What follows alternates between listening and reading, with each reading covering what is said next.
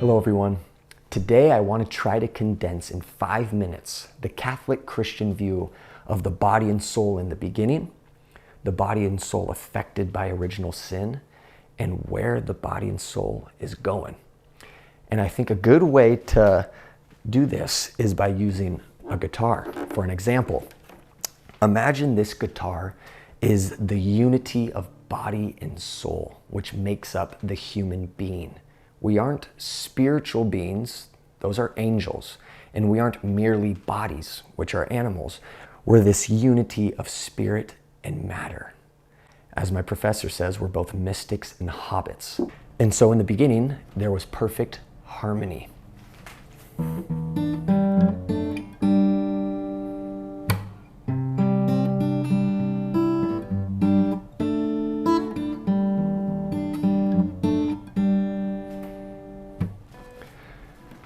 And what happened is Satan got in the picture. And what does Satan do? He can't create.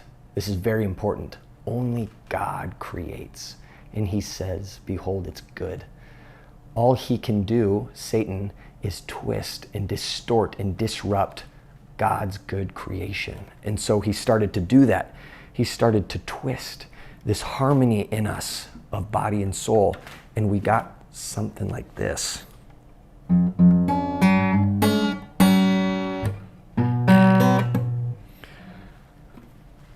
But here's the thing. If this is all we have heard and seen and experienced in ourselves, then we're going to think it's normal or even natural. But Jesus says, no, from the beginning, it was not so. And I think at times, because of this disruption in us, we tend to live either purely physical lives or try to live spiritual lives. But this is not how we're called to live. St. Paul says, live by the Spirit and not by the flesh. And you may be thinking, well, right there, didn't he say, reject the body and live by the Spirit? No.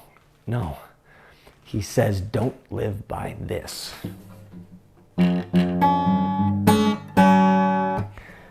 Don't live by the disharmony of body and soul, but open to the Spirit, so that he may fine-tune and bring back to harmony the body and soul.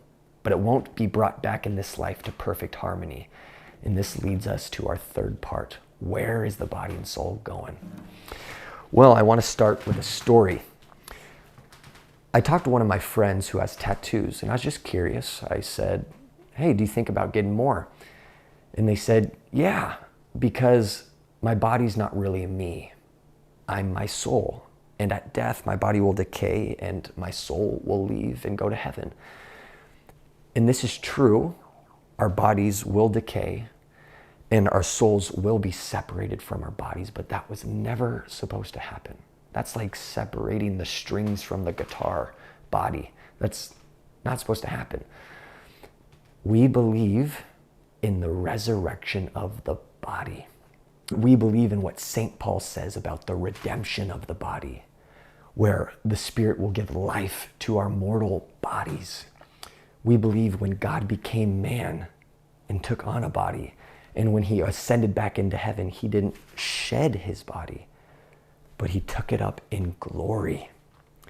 As Pope St. Leo the Great says, we celebrate on that day when Christ went to heaven, we celebrate our poor human nature being elevated higher than the heavenly powers, above the angels, to the very throne of God.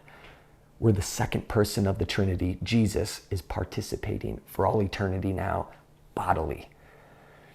We believe that this is where our bodies are going. And what is that going to look like? I have no idea. But no eye has seen, no ear has heard what God has ready for those who love him. Thank you for joining me, and remember to hit the red subscribe button below. And let us always remember Jesus' words.